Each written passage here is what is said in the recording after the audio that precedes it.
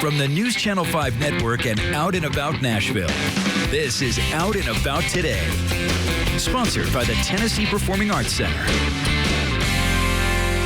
Hello, I'm Chuck Long, and thanks for joining us on Out and About Today.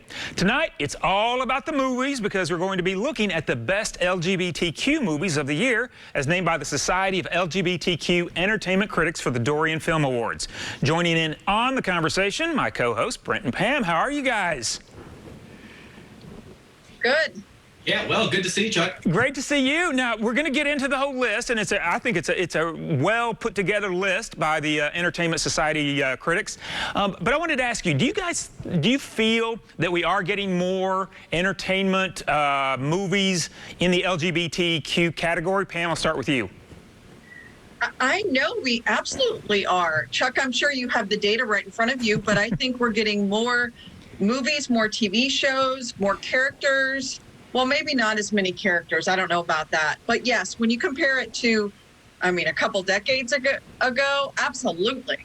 And Brent, then I'll ask you, do you feel like the quality is getting better in the content that we have? Oh, totally, Chuck. I mean, like Pam said, 2 decades ago, you might hear of a movie and go to see it or watch it.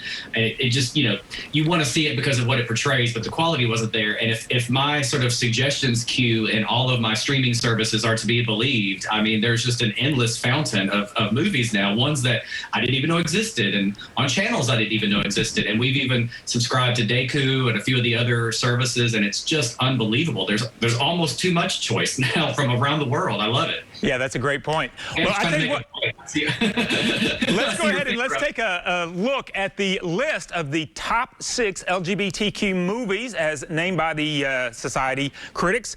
These are the 6. There they are on your screen. Ammonite, I Carry You With Me, Ma Rainey's Black Bottom, Supernova, Uncle Frank, and The Boys in the Band. So we're going to be taking a look and talking about all 6 of these movies. Again, kind of off the top, Pam, do you think that's a good list?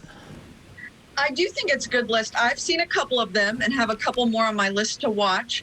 And I think it's a testament that there is more out when you haven't seen some of them. In the old days, you had seen whatever was out, right? You were grasping for it. And now I don't think that's the case. All right. Well, I'll tell you what, let's dive in. Let's take a look at the first one that we're going to look at today is I Carry You With Me. Here is a clip, and we'll talk about it on the backside. Casi puedo escucharte sonreír.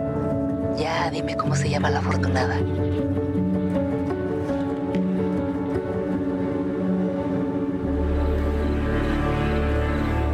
¿Sabes lo que le pasa a las personas como tú? Los matan. ¡Dale! Tú no tienes nada que ofrecernos. He estado pensando en cruzarme al otro lado. Allá nos odia. Necesito sacarme adelante a mí.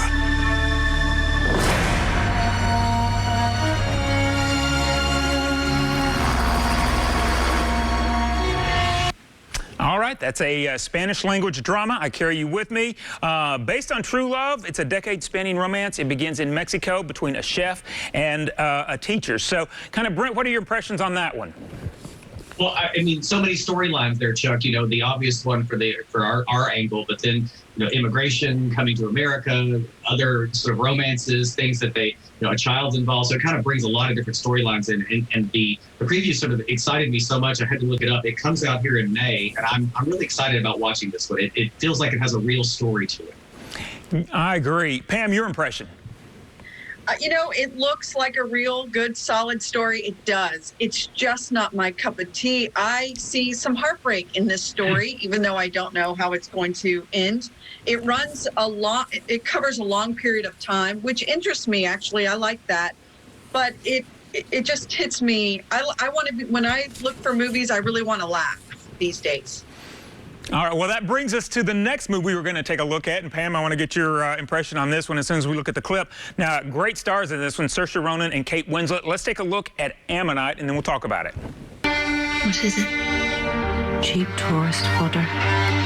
Beautiful.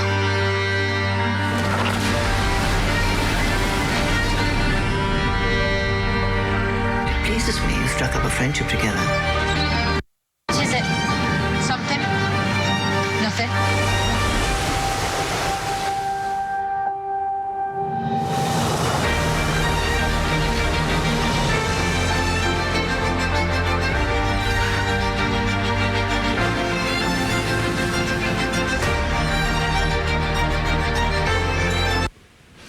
right, that's Ammonite, and it's loosely inspired by the life of British paleontologist Mary Anning. Now, this is interesting to me, too. I have not seen the film, but it says the film centers on speculative romantic relationship between Anning and the character of Charlotte Murchison. Pam, you have seen this one, so interesting, one, that it's a speculative romance, but of course, and it's a period piece as well, but you've seen it. Give me your review. Well, so there was no evidence of the main character's sexuality, so they wrote that she had a love story with a female. So, of course, we're interested. Susie and I watched it. Kate Winslet, you know, she stars in it, so we're all in about it. It was a little bit slow for me. It's very gray, the whole entire picture. So it wasn't my favorite. Susie liked it a lot more than I did. But there's something about seeing a period piece and having the gay character in it that makes you just think, wow, what would have been like back then? Terrible is the answer. So it pulls at some heartstrings. It wasn't my favorite, though. I will say that.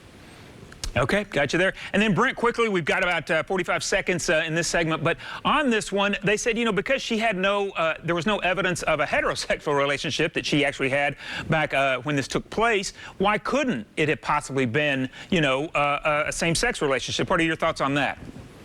Of course. I mean, and to sort of build off Pam's point, I mean, we're seeing or it's portraying stuff that happened, you know, a long time ago when nobody was out. So, I mean, how are we to know that she didn't have a romantic relationship and then completely hide it? I mean, you know, it's not exactly like now where you're posting photos of you know, together on Instagram instantly to show that you're in a relationship. And I think back then, folks even had different types of relationships. Even, you know, maybe they were super close, maybe they weren't ever intimate, maybe they were. Maybe it was only a handful of times. But the reality that it could have happened and it's been happening forever is also kind of a nice message. You know, these things were happening long before people were okay with it and people talked about it. All right.